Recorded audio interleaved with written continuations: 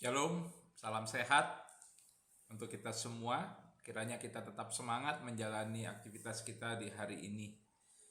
Kita akan mendengarkan sapaan Sabda Tuhan di hari Rabu tanggal 19 Mei 2021. Sebelumnya mari berdoa. Tuhan, kami hendak mendengarkan firman-Mu.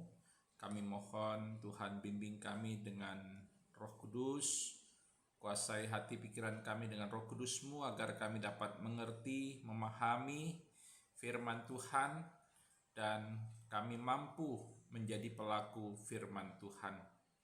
Inilah kami anak-anak-Mu Tuhan, bersabdalah kepada kami telah sedia untuk mendengar. Amin. Bacaan Alkitab terambil dari Filipi pasal 4 ayat 4 sampai dengan ayatnya yang ke-7. Yang mengatakan, hendaklah bersukacitalah senantiasa dalam Tuhan. Sekali lagi kukatakan bersukacitalah. Hendaklah kebaikan hatimu diketahui semua orang. Tuhan sudah dekat. Janganlah hendaknya kamu khawatir tentang apapun juga, tetapi nyatakanlah dalam segala hal keinginanmu kepada Allah dalam doa dan permohonan dengan ucapan syukur. Damai sejahtera Allah yang melampaui segala akal akan memelihara hati dan pikiranmu dalam Kristus Yesus. Yang berbahagia, kata Yesus, adalah mereka yang mendengarkan firman Tuhan serta memeliharanya dalam hidup sehari-hari. Terpujilah Tuhan Yesus. Saudara-saudara yang dikasihi oleh Tuhan, surat Paulus kepada jemaat di Filipi adalah surat yang ditulis dari dalam penjara. Saat itu Rasul Paulus berada di dalam penjara bukan karena ia melakukan hal-hal yang jahat ataupun melakukan perbuatan kriminal, tetapi ia dipenjara karena ia memberitakan Injil Tuhan Yesus. Ada hal yang menarik dari surat Filipi. Hal yang menarik itu adalah Rasul Paulus yang berada di dalam penjara justru menghibur, menguatkan, memberikan semangat kepada jemaat di Filipi. Biasanya orang yang berada di dalam penjara justru dihibur, dikuatkan, diberi semangat oleh orang-orang yang bebas atau orang-orang yang tidak dipenjara. Tetapi justru di sini Rasul Paulus yang dipenjara memberikan kekuatan, semangat, penghiburan bagi jemaat di Filipi. Ada 3 hal penting yang diingatkan oleh Rasul Paulus dalam bacaan Alkitab kita hari ini. Yang pertama, Rasul Paulus menasihati jemaat untuk bersukacita senantiasa. Bersukacita senantiasa berarti bersukacita dalam segala situasi dan kondisi. Memang sulit, tidak mudah bersukacita dalam penderitaan, dalam pergumulan, dalam tantangan, tetapi Rasul Paulus bisa melakukannya. Ia bersukacita walaupun ia di dalam penjara, karena sukacita yang ia alami, ia boleh menghibur, menguatkan, dan memberi semangat jemaat di Filipi. Mengapa ia bisa bersukacita senantiasa? Jawabannya adalah karena anugerah keselamatan di dalam dan melalui Yesus Kristus. Yesus Kristus yang telah menebus dosa kita dan juga menyelamatkan kita dari kuasa dosa dan memberikan kita kehidupan kekal, maka perbuatan atau karya pekerjaan Allah di dalam Yesus Kristus itulah yang membuat kita harus bersukacita senantiasa. Dasar bagi orang Kristen untuk selalu bersukacita adalah karena anugerah keselamatan yang Allah telah nyatakan dalam kehidupan orang percaya. Dan yang kedua, Rasul Paulus juga mengingatkan, menasihatkan agar jemaat di Filipi untuk senantiasa menunjukkan kebaikan. Di ayatnya yang kelima dikatakan, hendaklah kebaikan hatimu diketahui semua orang. Rasul Paulus mengharapkan bahwa orang-orang yang beriman kepada Yesus senantiasa memamerkan perbuatan baik. Memamerkan perbuatan baik tidak boleh diartikan secara negatif. Kata pamer dalam Kamus Besar Bahasa Indonesia berarti mendemonstrasikan karya, keberhasilan atau keberadaan kita. Yang kita harus tunjukkan, yang harus kita nyatakan adalah kebaikan Tuhan Yesus Kristus.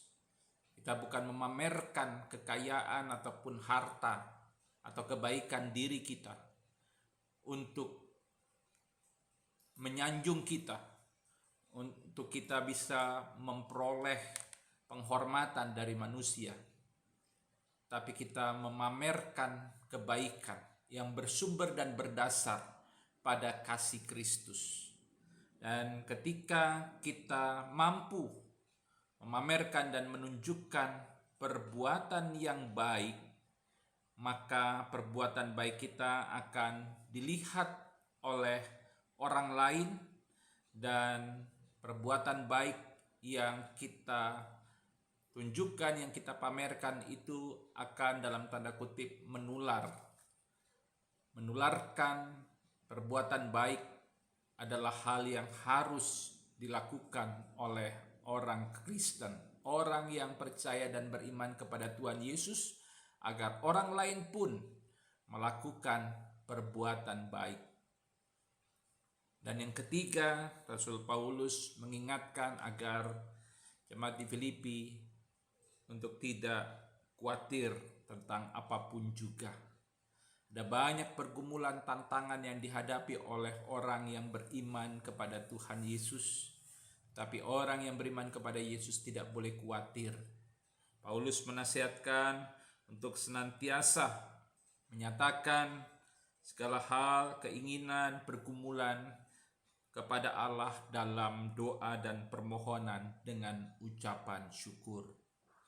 Kita tidak perlu khawatir karena Tuhan Allah yang kita sembah, yaitu Tuhan Yesus, adalah Raja di atas segala raja. Dia adalah Allah yang mengatasi segala sesuatu. Dia lebih besar dari berbagai persoalan, dari berbagai pergumulan, dari berbagai hal-hal yang kita takuti. Dia lebih besar daripada penyakit kita. Dia lebih besar daripada masalah-masalah kita. Ibu bapa dan saudara-saudara yang dikasih oleh Tuhan, mari kita boleh menjalani aktivitas kita hari ini untuk kita boleh melaksanakan firman Tuhan. Mari kita tetap bersukacita senantiasa.